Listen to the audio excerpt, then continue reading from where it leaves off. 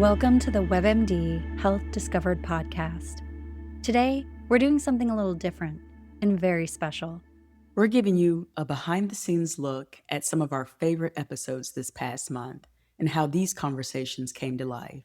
I'm Casey, the executive editor at WebMD Health Discovered. And I'm Lauren, Health Discovered's producer. Welcome to the WebMD Health Discovered podcast. We're highlighting these episodes because we want to explore what it means to have choices in your health, around your trauma, your relationships, and your fertility. When it comes to egg freezing, we're talking about choice in timing and family building, so that instead of panic, we see egg freezing as an option. When it comes to our triggers, we're highlighting choice in how we respond to our attachment wounds and reactivity in relationships, rather than being directed by them. And finally, when it comes to trauma-informed care, we're talking about choice in the exam room, something as simple as using the word stop, asking someone to pause, or bringing your questions to your healthcare provider. We'd like to talk to you about what stayed with us while working on these episodes. We'll share how producing these changed how we think about the topics, specific moments that stopped us in our tracks, and our personal thoughts as patients and consumers. The first episode we're looking at today is Thinking About Egg Freezing, Fertility, Facts, and Your Future. Lauren and I are in different stages of our lives, and so we approached this episode with unique perspectives that represented our diverse listening audience. But even while looking at this topic through different lenses, Lauren is in her early 30s, I'm in my late 40s, we had some questions in common, and we very much wanted to dispel myths and misinformation to make sure our listeners could make informed decisions about their fertility options. To discuss this topic with our host, Dr. Neha Pathak, we invited Dr. Tamika Zori, a double board certified reproductive endocrinologist, fertility specialist, and OBGYN. Something that stood out for me with Dr. Zori is that not only is she very accomplished, but she approached this discussion with the understanding and warmth patients are often seeking during such an emotional decision that also has high financial stakes. She answered every single question we had in such a way that left listeners feeling informed, hopeful, and prepared for their next appointment with their healthcare provider. For me, this is the episode I would share with family and friends who had questions about egg freezing, whether they were just curious and hadn't even taken the first step, or midway through the journey and feeling frustrated and wanting some of their questions answered. Lauren, I'm so glad we did this episode with Dr. Pathak because I know you and I have had many conversations about this, and I am so happy that you're up for sharing your own experience. You know, when I turned 28, I remember I started seeing an influx of all these ads on Instagram and Facebook about egg freezing. And I would see some of these ads that would say things like, the best time to freeze your eggs is when you can least afford it. And I remember thinking, should I start thinking about freezing my eggs, even though to the ad's point, I could not afford it at that time? I remember thinking if I don't freeze my eggs now from 28 to 30, would I miss out on the opportunity? And so it's so important to have episodes like these that shed a light on some of these questions.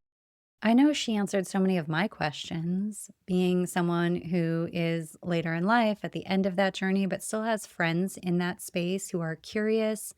And I felt like one of the big takeaways from this episode is getting curious about it, talking with your healthcare provider, not making assumptions before you get your answers, and that there are options for every single fertility journey. You know, one of the things that also stood out was that I had always assumed that this was some major time-consuming experience. And Dr. Zori did a really good job of walking the listeners through what it's actually like. Here's a quick clip from that episode in case you missed it. How do you want people to think about this decision, this process in a really grounded and healthy way? I always tell people, like, even if you think egg freezing isn't for you, whether it's financial or just something that you just isn't for you for whatever your reasons are, I always think it's good to come in and have the conversation and hear the information. because then it allows you to just make informed decisions about your health with information. But I always say, like, it is very hard not to compare yourself to like friends, strangers, like people your own age, but having very different results than you. And as much as I can say, like, try not to do that, I know people do. So then it still goes back to that same conversation of like, there's really no piece of information I can give you today that's going to say, like, you can't have kids, short of if someone is truly menopausal, in which case that's a different conversation we're having. And that's usually exceedingly rare. So then it's just a matter of like, what do these numbers mean? And it's, again, not that you can't have kids. It's just that maybe when I thought I was going to be like a one and done cycle, like maybe I'm going to have to do this 2 or 3 times to get into that number that makes me feel good. And I know this process is not inexpensive. And so I know that's also a very real conversation when it comes to finances if you don't have coverage for it. But I think just coming in here knowing that, like, I'm not telling you that you can't get pregnant. We're just talking about your follicle count, maybe the fact that you want to delay having kids for 5 to 10 years, and like what options can we give you to really give you the best chances of having the family size you want in the future. I'd love to close our time together asking you to speak directly to our audience for someone who is really inspired after this conversation to go and have this conversation with a healthcare provider. What are some of the questions that they should be thinking about, information they should be bringing to that appointment? It's good to know in an ideal world, what does that family building process look like for you? Like, you may not even know if you want kids, but that's still a good place to start. Or if you do probably want them, how many and like when do you think you want to have them? I think having that information, it just allows the conversation to be more tailored towards you as to like, quote, is it worth it? Also, like, how many eggs should we consider freezing? Because again, I said, depending on what your life circumstance looks like, it may be a very different conversation. And I think also just being comfortable with whatever provider you're choosing. I know it's an emotional field and it matters. It's a very important field because it's a conversation that like a lot of people don't even want to have until they're ready for kids. And we're having it just a little bit sooner than that. So it ends up bringing up a lot of emotions that you didn't maybe think you were going to have. But feeling comfortable with your clinic, your physician, being comfortable asking questions. I always tell patients, like, it is truly your job to ask your questions. You should never feel stressed or bad for asking questions. It's our job as physicians to answer them for you. And if you're not happy with like the care you're receiving, like, you are always welcome to get a second opinion. Just know that, like, so that you're feeling comfortable with like where you are in this process. The next episode that really stood out for us is Triggered, Understanding Your Brain, Body, and Emotional Reactions. To dive into this topic, we invited Leah Love Avellino, a licensed clinical social worker, modern love therapist, writer, commentator, and community organizer. Leah is also the host of the Unprocessed podcast, and we love when she joins us on WebMD Health Discovered. What we enjoy so much about Leah is her warm, realistic, and non judgmental approach to delivering information. Leah is always so thoughtful in how she shares to our WebMD Health Discovered audience. And one of my favorite things about the episodes that she does with Dr. Pathak is how they role play. Almost like Dr. Pathak sets her up with these situations of what would we do in this scenario. And Leah always does a really good job of modeling a different way of navigating a challenging conversation. This is an episode that I would share with that friend who is confiding in me how they often feel like they snap at people they love and are wanting to dig deeper into their emotions as to why, and wanting a better understanding to their reactions. Oh, I know. I love these episodes, and these are the ones I most often share with people because I feel like it really gets to the heart of trying to improve the way we show up in conversations, not just pointing fingers at other people. Here's a quick clip from that episode. Help us understand a little bit about the difference between a trigger and a threat. Why does the brain respond to emotional triggers the same way that it responds to actual threats to our safety in the environment? So, actual threats to, I guess, what I would call our physical safety. Yes, it can be physical safety or it can be emotional, psychological safety as well. So the brain only works on past programming. Anxiety, or being triggered in some ways, likes us to believe that it has future predicting capabilities, right? I have a voice in my head, oh, I know this is going to go wrong. Like if I'm delayed on the subway, I'm going to miss my client. So what my brain is doing in that quick moment is saying, in the past, I was late for a session because of a train delay. But because we often respond automatically, we don't necessarily get the data we need to determine, am I actually going to be late? Or is my brain just using a past experience and scripting that onto the present or future? Our brain's primary function is survival. It doesn't give a crap about us thriving. It just needs to know that we are safe. And when we act quickly and have an automatic response, we don't have enough time to check in with ourselves and determine, is this happening in the here and now, or is this about a past lack of safety? And so, what we want to begin to do is question that kind of automatic response so we can determine if there's something now or then. Because what a trigger does is it prevents us from being creative.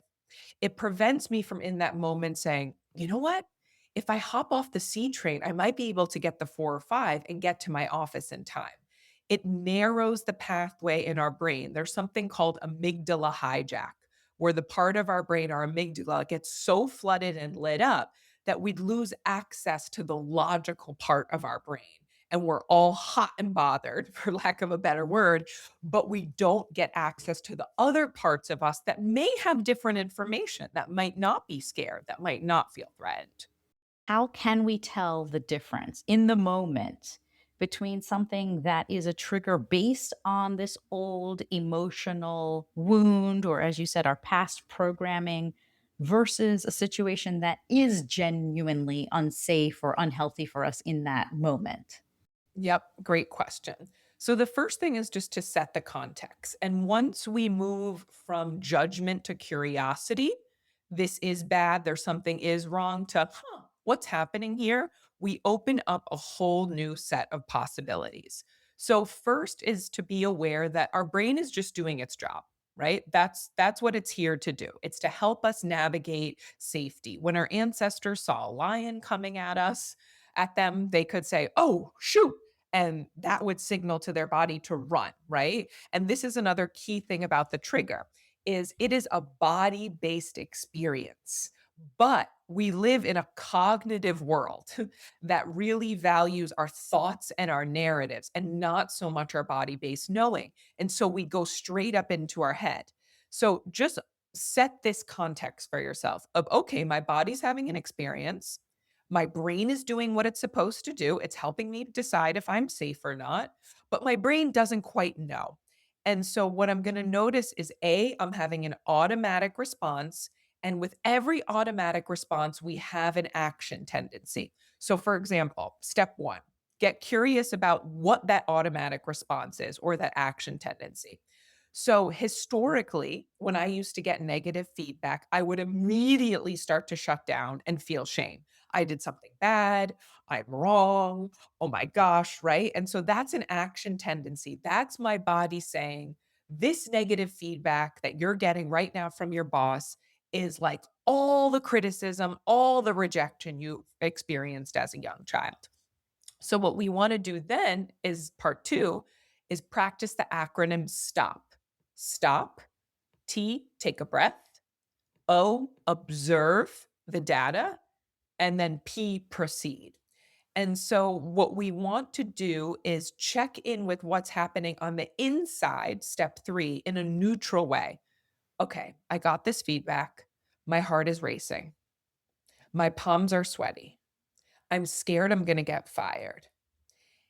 And then step four is begin to look at that as just one part of us, not all of us. So triggers tell us, I am afraid something's going wrong. Slowing down might tell us a part of me is afraid, but let me see what other parts are online. There's a trauma therapist named Janina Fisher, and she calls this dual awareness, looking at what's happening in the present, sticking to the data, and then being mindful that, oh, you know what? This really reminds me of something that happened in the past. So we're shifting from I am afraid to a part of me feels fear. What else is present with me? Dual awareness. And the final episode that we're really excited to share with you today is advocating for yourself during medical exams and accessing trauma informed care.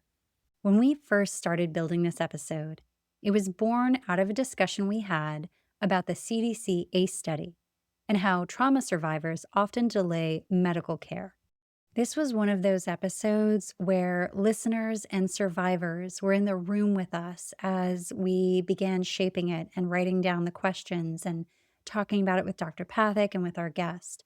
We had many discussions about how explicit to get, whether to include a trigger warning, and balancing clinical details with emotional safety. We wanted listeners to hear themselves in this episode, and it was our hope that it would reach that person who has delayed medical care, who has almost put aside some disturbing or stressful symptoms. And we wanted to reach them and encourage them that there was a path forward, that they could access good medical care, and that there are resources available to them. For Lauren and I think producing this episode changed how we think about verbal cues, nonverbal cues, safety, and power in the exam room. And in the middle of that discussion about the CDCA study, Casey came across Dr. Bio's TikTok, where she specifically addressed the topic of trauma informed care and advocating for yourself during medical exams, and how being a survivor should not prevent you from accessing medical care, making informed decisions, or finding a provider who understands your needs.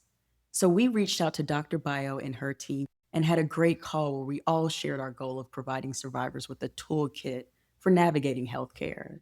Dr. Bio Curry Winchell is a nationally recognized health advocate who is board certified in family medicine, and she is also the founder of Clinicians Who Care. One of the most helpful things Dr. Bio did in this episode was frame a complex situation for survivors who are very often holding invisible trauma.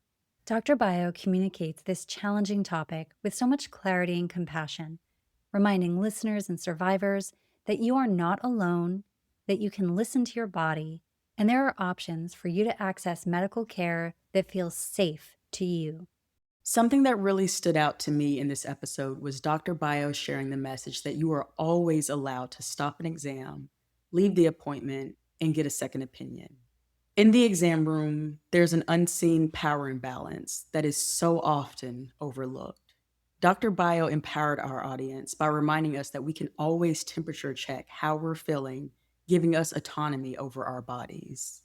I really loved this discussion between Dr. Pathak and Dr. Bio because I've had my own experiences in exam rooms where I felt like I couldn't speak up when something was happening that made me uncomfortable. And I had an experience a few years ago with a clinician who was trauma informed. And that's why this episode was so important to me because I know how I felt in that moment when she noticed what was going on with my body, that I was very rigid and I couldn't complete the exam. And she paused and checked in with me. And it was sort of the reminder that I needed that it's okay that we do that with ourselves. We're allowed to check in with ourselves. We're allowed to pause when something makes us feel uncomfortable. We're allowed to ask questions. We're allowed to ask that our healthcare provider communicates what they're doing in what part of our body. Now, not everyone's going to have had the experience I had with an incredible provider. And mind you, that happened to me at 40. I'd never had a doctor behave that way prior to that. So that was incredible. And that's why we worked on this episode, because we want people listening to know that they can feel comfortable accessing medical care. And if there's a barrier to treatment, there are resources available to help them navigate that. And one of them is clinicianswhocare.com, a resource Dr. Bio spoke about in this episode, which will be linked in our show notes. This is a tool to find clinicians who have been vetted, whose trauma-informed care is based on patient reporting. And this just might change how and when you access medical care. Here's a quick clip from the episode. What are some of the long-term health consequences of putting off routine exams? And what do you want patients who may be listening or know someone who may be suffering in this way and putting off care? What do you want them to know? That delay shows up in not getting your pap smear, maybe not getting a full exam, getting your heart checked out, blood work. And it reminds me of a patient I had a few years back. a woman in her mid 30s who had not gone to a doctor maybe since she was a child. When she was in my clinic and she was sharing with me that she was feeling tired and having headaches, and I said, "Oh, how long has this been going on?" And she said, "For a couple of years, but I'm stressed. I just have a lot going on." And I said, "What prevented you from coming in sooner?" And she said, "Well, I was also just afraid that it wasn't going to be anything. I didn't want to waste anybody's time. And I also have a real fear of seeing doctors." And I asked an open ended question, "Tell me a little bit more about that." And that was a beautiful moment because in that moment, I provided space that I didn't even know I was going to provide. And she shared with me that coming to the doctor was very triggering. And that's why, although she had had this fatigue and headache, she decided not to come in. And so it's really important that we remember that the symptoms that your patient comes in, there might be other things that are a part of it that could prevent them. And so, fast forward, she ended up having a blood pressure of 170 over 110. And so, she has essential hypertension. We were able to address it, but she had been walking around with elevated blood pressure for who knows how long. But because of what had happened to her in the past, she had decided not to show up. And so, it has real consequences. We all know that elevated blood pressure can stress the kidneys, it stresses the heart, it can increase your risk for a heart attack or a stroke. And so that is how it shows up in people delaying their care and can ultimately impact their longevity. It can lead into someone not living as long as they were hoping to or not being able to do the activities that they love. For someone who's listening today, can you help someone understand what they can do to take an active role in scheduling that next appointment? And what are some of the words they can come into the clinic with to have that conversation without waiting for the provider to pick up on cues? The first thing I recommend is writing down all of your fears, whether you want to write it in your phone, write it in a journal, say it out loud, record yourself, because then those fears, that anxiety lives somewhere. And when it lives somewhere, you're then able to address, okay, I am extremely anxious that this doctor may dismiss me, or this doctor may not take my symptoms seriously, or I'm just nervous to be in front of this doctor. And when you do that, you're able to decide how would you like to respond to what may happen in that doctor's visits. So, doing that what if, which a lot of people have just in general, writing it down and then deciding how you would like to respond. The other thing I would recommend when it comes to your appointment, I would do three things. First, write down the most pressing things to you. You can jot it down on your phone. The second thing is, what would I like my doctor to address from these three things? And the third thing, what is my goal when I leave that doctor's office? And that gives you a real sense of control of what you would like. I like to help empower my patients that by having what you want out of that appointment, what you're expecting, it helps you become a part of that appointment. So instead of things happening to you, you are a part of the care because you have decided this is what I want out of it. I'd love for you to help us be really concrete, specifically around the exam phase of the appointment. So, a lot of patients don't realize that they have choices, that they can be a part of the decision of how the exam is conducted, how a healthcare professional approaches them, when they might need a break to ask for that and to advocate for that. What do you want patients to know before they go into that exam so they know exactly how to have that conversation so that they can be a part of the exam as well? I love this question. So, for me personally, when I see every patient, I try to be as intentional as possible. I sit down, I try to be eye level because just that in itself can make someone feel comfortable where you're not standing over them. The other thing I do is I ask, is there anything that I could do to make your exam more comfortable? And that's a wonderful thing because that opens up the opportunity for the patient to say, yeah, I would love for you to let me know what's going to happen before you touch me, before you perform any exams. And I ask very open-ended questions, curious about, your care, curious about what your thoughts are. And before I touch my patient, I always say, is it okay if I start listening to your lungs? Is it okay if I listen to your heart? And a lot of us as clinicians, we were trained to you go in the room, you introduce yourself, and then you just start listening to their heart, listening to their lungs. But there needs to be a conversation. This is a relationship. I am touching you, I am performing an exam. And in order to do that, I need to consent to your approval. And that starts with sharing and asking those questions first. So that's what I do before I even lift up my patient's shirt. And I even do this with little ones, with my pediatric patients. I say, is it okay if I listen to your heart? Is it okay if I lift up your shirt? All of those things are really important. And so I think those are really things that not only a clinician, but also a patient can say, I would love for you to walk me through how this exam is going to happen. Meaning, what are you going to do before it happens? The other thing that I love for patients to share, I would like to let you know that I would feel more comfortable if I need to say, I'd like to take a break. I need to pause during this exam. Now, and I know during certain procedures, I always share this, that can't always happen. But a lot of things in an exam room, that is possible. And so I think those are real ways that both the patient and the clinician can do. And that's what I do in my exam room. I share all the options and I share everything because in the end, it's about them. And I'm here just to be a part of their care. And I am so grateful that I get to. Across these episodes, from trauma-informed exams to exploring a fertility journey to understanding triggers, we kept coming back to one idea. Your body and your story are yours, and you are allowed to ask for care that honors both. Each episode gives a different tool: language for the exam room, tips for navigating your relationships and triggers, and a new way to look at your fertility options.